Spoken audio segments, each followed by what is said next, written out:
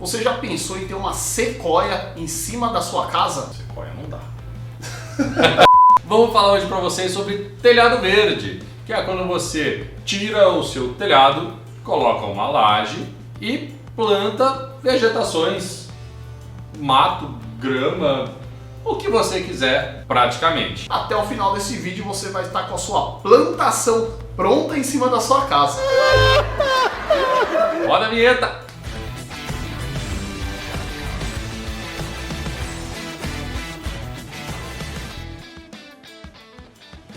Fala aí pessoal, aqui é o engenheiro Danilo Schmidt, Engenheiro Alisson Ramaioli. Hoje vamos falar para vocês a respeito de telhado verde. Então, ó, põe aqui produção, a imagem, telhado verde. Telhado verde nada mais é do que você poder fazer uma plantação em cima da sua laje para você colocar suas plantas, sua grama, plantar grama, fazer uma área de lazer, seja a função que você queira ter para você ter ali uma jardinagem naquela região. É bastante comum hoje em dia esses elementos no topo de edifícios antigos, por exemplo, na cidade de Hong Kong, na China, em Nova York, prédios altos, o pessoal tem feito plantações na parte da laje para quê? Ajudar com a troca do próprio ar, né? Para melhorar o ar da cidade. Se a gente está destruindo a cidade, construindo rodovias, construindo casas, prédios, nada mais justo do que a gente aproveitar a cobertura dessas construções para a gente replicar ali a vegetação que a gente deveria ter. Isso. E vamos falar para vocês aqui então um pouco dos benefícios, um pouco de custo,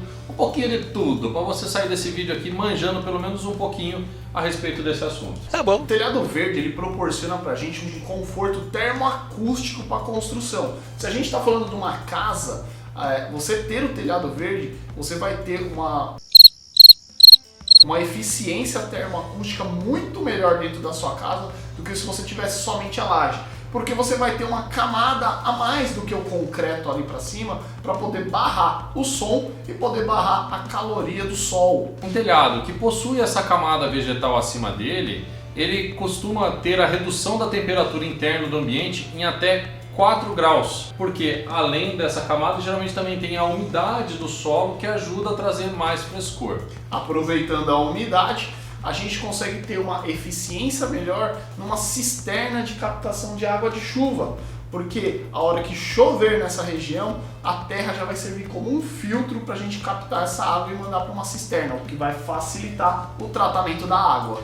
E isso também está relacionado com a sustentabilidade, porque esse tipo de telhado requer também que você tenha água para regar as plantas que estão ali. Então o telhado serve de filtro para água de chuva, que é captado e transportado para uma cisterna e depois é bombeado para fazer o sistema de irrigação do próprio telhado quando não tem chuva. Olha que interessante. Lembrando que não é tão simples assim a gente ter um telhado verde. A gente precisa pensar no projeto que a gente vai fazer, principalmente no projeto estrutural da casa. E antes de você fazer o estrutural, você precisa de um projeto de paisagismo. Pensar o que você vai colocar nesse telhado verde. Se você for querer colocar a sequoia que o Alisson falou, esquece, sua casa vai cair, porque a sequoia é muito grande.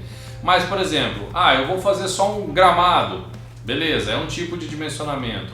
Eu vou querer colocar hortaliças, eu vou ter lá um manjericão, um alecrim, um hortelã, vou fazer uma horta aqui pra mim, ok, é um outro dimensionamento. Não, eu vou querer ter uma pitangueira, opa, peraí, já estamos falando de uma árvore, de uma coisa que vai ter raízes, né? Então principalmente a questão das raízes é importante ser pensado. E aí o ideal é que você contrate um paisagista ou até mesmo um engenheiro agrônomo para te auxiliar nisso. Entender as plantas que você vai ter aí, até o volume de terra que vai influenciar aí nas raízes, é importante porque quando você for fazer o cálculo para o projeto de estrutura, você vai entender o peso que você vai ter ali em cima daquela laje para o projetista dimensionar a estrutura de concreto adequada. Então, quanto mais plantas, mais peso, obviamente uma estrutura mais reforçada. E o seu calculista já vai saber, mas nós vamos falar aqui também.